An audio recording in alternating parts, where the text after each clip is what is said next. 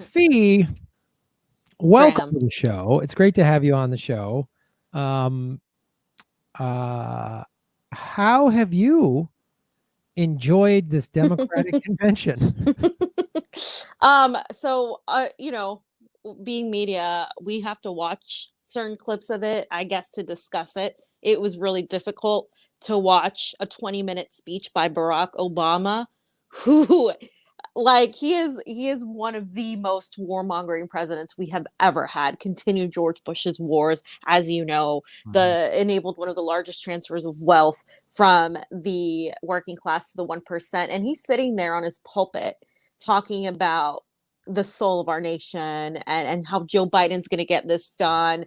And then I go online and I see people, oh my God, that was such a wonderful speech by Barack Obama. And I'm just like, you know what, we deserve every little bit of injustice we get with Donald Trump, because people still haven't learned their lesson. I mean, the fact that this guy did so much damage, the fact that he is one of the reasons we have Donald Trump today, and people are still focused on how well of a speaker he is, it's disgusting to me. And just seeing the capitulation of people like AOC, Yeah. who is praising Kamala Harris, saying she's going to do whatever she can to elect her. The manipulation that she did by nominating Bernie Sanders, knowing that it was symbolic, and then double downing on that, saying, "Oh yeah, but it was symbolic. I support Joe Biden." Like, it's what's the point of electing people like her into Congress if they're going to continue doing this? And yet you have people still praising Barack Obama because he's a great speaker.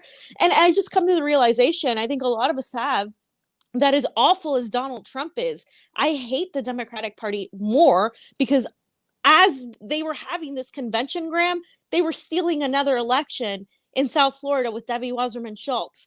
I mean, this is a Democratic Party. They get on one end and they talk about solutions via symbolic platitudes. That's their solution, saving the soul of the nation, because they can't dare talk about policy because their policies are completely out of the picture because they don't have any. Because their whole policy is we're not Donald Trump, and that's supposed to save working people. I don't give a shit how great of a speaker Obama is when people are still going to be evicted from their homes. We're in the middle of a pandemic and Congress went on vacation. I mean, this is the anger that most people are feeling.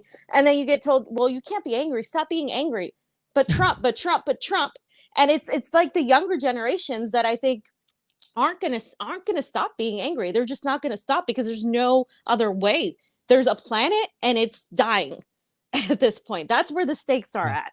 I think you bring a great point. Unfortunately, it's like my generation and up, the Gen Xers and up, are still thinking, they still watch traditional media, they still believe all this crap that is fed to them by the traditional media, and think that Obama is so great because this is what they know. And they still, it was all people mainly in my age group who, on when Kamala was when Kamala was announced, all went yay, and I was like, oh God.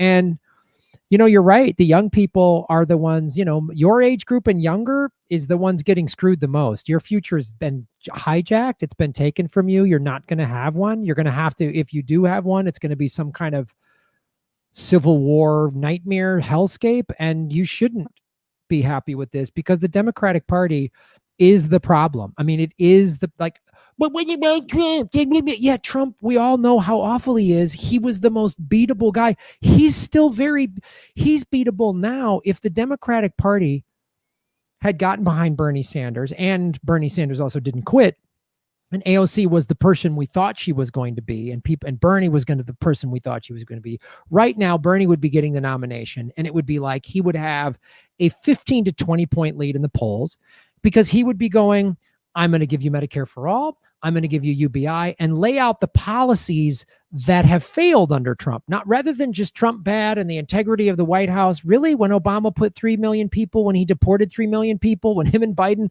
built cages and separated families at the border, don't tell me about your integrity. I can't listen to they just, it's literally, it's like when I was a kid in the 80s, And the American car companies were getting their asses kicked by the Japanese because they kept making bad cars. And Americans were like, I'd love to buy American, but you're making bad cars. And then they would say they blame Japan. And I remember driving through Michigan and somebody had a Japan sucks hat. And I was like, you're losing. I mean, like, what, like, it's Exactly. unbelievable to me. It's like, are you mad that Tom Brady beat you, or do you think you want to get your team better? It's unbelievable. Like, they just make excuse after excuse after excuse. And the people don't want to acknowledge these vote any blue will do people. And I am a little bit at that point too. Like, I want to see change, but it's almost like, okay, this is what you assholes get, man. We've been screaming from the mountaintops. And if Biden loses, they're going to blame you. They're going to blame me. They're going to blame Jimmy. They're going to blame Abby Martin. They're going to blame all of us. And okay, you guys refuse to acknowledge that. The only analogy I can make that wakes some of them up is I go, you know how white people are waking up to systemic racism and the police brutality? Like, anybody who grew up in the suburbs and thought, well, the cops aren't that bad. And then they went out and protested in late May and into June and got their asses kicked by the cops, went, oh, okay, and they're going, no, there's systemic racism.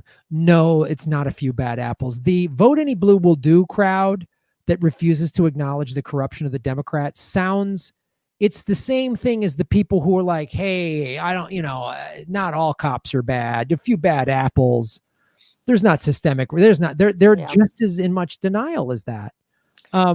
Exactly. And Kamala Harris, like let's highlight her for a minute, going in there talking about, all of a sudden she rarely ever mentioned it, mentioning her Indian heritage, right? Like weaponizing, tokenizing her own identity, because that's what works. So great. I'm so glad we're going to have a female VP that's going to incarcerate people of color. That makes it so much better. I'm sure the bombs that are going to be dropped in the Middle East continuously, because Joe Biden's going to continue this disastrous foreign policy, giving the military industrial complex even more control. I'm sure those people are going to feel so much better that a Democrat is dropping those bombs rather than a Republican. And it's this idea that, like, oh, I'm a woman of color, I'm going to be president. It is putting a superficial symbolic purity on top of vile actions. And that's all the Democratic Party is good for. And unfortunately, you're right, a lot of people do swallow it. And I think I'm at the point where I think we need the Democratic Party to fall on its face in order for people to realize how bad this is. Because otherwise, I think we're going to continue herding people back into the Democratic Party. I think AOC and people like her are there to do that. They're there to herd people back into the party so you don't build outside. And that's what we need to be doing. We need to be building outside right now. That's where our power is. General strike movements. People are trying to do that. And I think that's where we need to go and not waste our time trying to prop people up like the AOCs or the squad, who have honestly failed in their opposition to people like Nancy Pelosi because they're too scared to oppose her because of the repercussions that might happen to them career-wise.